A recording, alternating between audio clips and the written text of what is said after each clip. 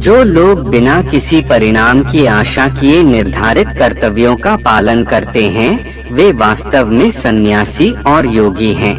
लेकिन जिसने निर्गुणी अग्निहोत्र छोड़ दिया है और कर्म रहित है वह कभी सन्यासी और योगी नहीं बन सकता। इसी प्रकार जब तक कोई व्यक्ति विचार नहीं छोड़ता तब तक वह योगी नहीं बन सकता। योगी बनने के लिए कर्तव्य और समर्पण की आवश्यकता होती है। योगी जब योगारूढ़ होकर योगी बन जाता है तो उसे परम शांति की प्राप्ति होती है और उस परम शांति से उसे परमात्मा की प्राप्ति होती है। यदि कोई साधक सभी धारणाओं को त्याग देता है और कामुक विषयों और कार्यों से अनासक्त हो जाता है तो उसे योगारूढ़ कहा जाता है। अपने आप को अपना शत्रु न समझो बल्कि अपने आप को अपना मित्र समझो। जिसने स्वयं पर विजय प्राप्त कर ली है वह स्वयं ही अपना मित्र है और जिसने स्वयं पर विजय प्राप्त नहीं की है उसकी आत्मा स्वयं को शत्रु मानती है। जिस व्यक्ति ने अपनी इंद्रियों पर विजय प्राप्त कर ली है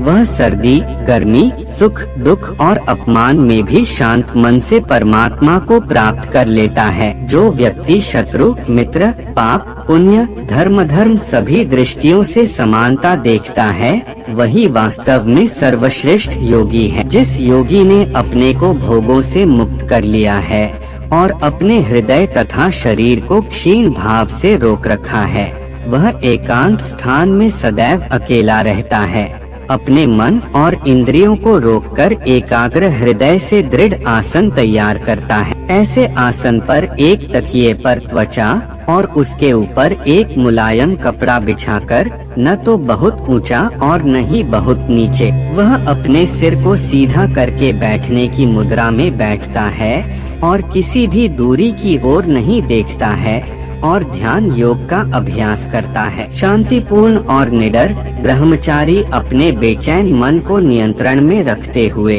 अपने दिल को सर्वोच्च सत्ता पर केंद्रित करके और विश्वास के साथ ध्यान करते हुए ब्रह्मचारी का ध्यान करता है और निरंतर परमात्मा पर ध्यान केंद्रित करता है। जो व्यक्ति बहुत अधिक खाता है वह शामिल नहीं होता या जो व्यक्ति कम खाता है वह शामिल नहीं होता। जो व्यक्ति बहुत अधिक सोता है या बिल्कुल नहीं सोता वह शामिल नहीं होता। आहार विहार में पाखंडी, जागते हुए सोने वाले तथा यथाशक्ति प्रयत्न करने वाले साधक के लिए योग महान दुख का कारण है। जब मनुष्य सभी इच्छाओं से मुक्त हो जाता है और अपना मन आत्मा पर केंद्रित कर लेता है तो उसे योगी कहा जाता है। जिस प्रकार दीपक हवा न रहित स्थान पर अविचलित रह सकती है उसी प्रकार योगियों के आत्म बलिदान में आत्मा अविचलित रहती है। योगी योगाभ्यास के माध्यम से मन को नियंत्रित करके स्वयं में स्वयं को देखता है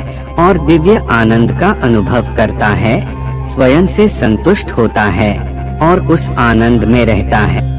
योगी को यह एहसास होता है कि योग से प्राप्त लाभों से अधिक लाभदायक कुछ भी नहीं है और योग के माध्यम से वह सांसारिक बंधनों के सभी दुखों से छुटकारा पा लेता है। ध्यान के फलस्वरूप योगी के सभी दुख दूर हो जाते हैं। इसलिए ध्यान का अभ्यास दृढ़ता के साथ करना चाहिए, न कि अधीरता के साथ। सभी विचारों से उत्पन्न होने वाली इच्छाओं का त्याग करके कल्पनाशील मन की सहायता से सभी इंद्रियों को सभी तरफ से रोककर और धैर्यवान बुद्धि के साथ मन को अस्थायी रूप से आत्मा में स्थित करके बिना किसी और चीज के बारे में सोचे धीरे धीरे बंधन से मुक्त हो जाता है। जिस आत्मा को लेकर मन व्याकुल और अशांत है उसे अपने वश में करके मन को वश में करना जरूरी है। जिन योगियों ने अपने मन को शांत कर लिया है, अपनी यौन प्रकृति को शांत कर लिया है, पाप से मुक्त हो गए हैं और परम ब्रह्मा को प्राप्त कर लिया है, वे शाश्वत आनंद प्राप्त करते हैं। मन को सदैव इस प्रकार संलग्न करके पाप मुक्त योगी आसानी से परम ब्रह्म से उत्पन्न परम आनंद का आनंद लेता है। जैसे कोई व्यक्ति स्वयं का निरीक्षण करता है और उसका हृदय ध्यान में डूबा हुआ है, योगी स्वयं को सभी प्राणियों में और सभी प्राणियों को स्वयं में देखता है। जिसके मन में आत्मविश्वास है वह सावधान रहकर और सर्वोत्तम मार्ग अपनाकर सफलता प्राप्त कर सकता है। यदि कोई योग सफलता प्राप्त नहीं करता है तो वह इस लोक में या परलोक में नष्ट नहीं होगा। जो अच्छे कर्म करता है वह कभी कष्ट नहीं होता। जो योगी बिना योग संपूर्ण किए इस संसार को त्याग देता है वह इच्छित लोक प्राप्त करता है और लंबे समय तक वहाँ रहता है और फिर एक पवित्र और समृद्ध घर में जन्म लेता है। ऐसा जन्म इस संसार में अत्यंत दुर्लभ है।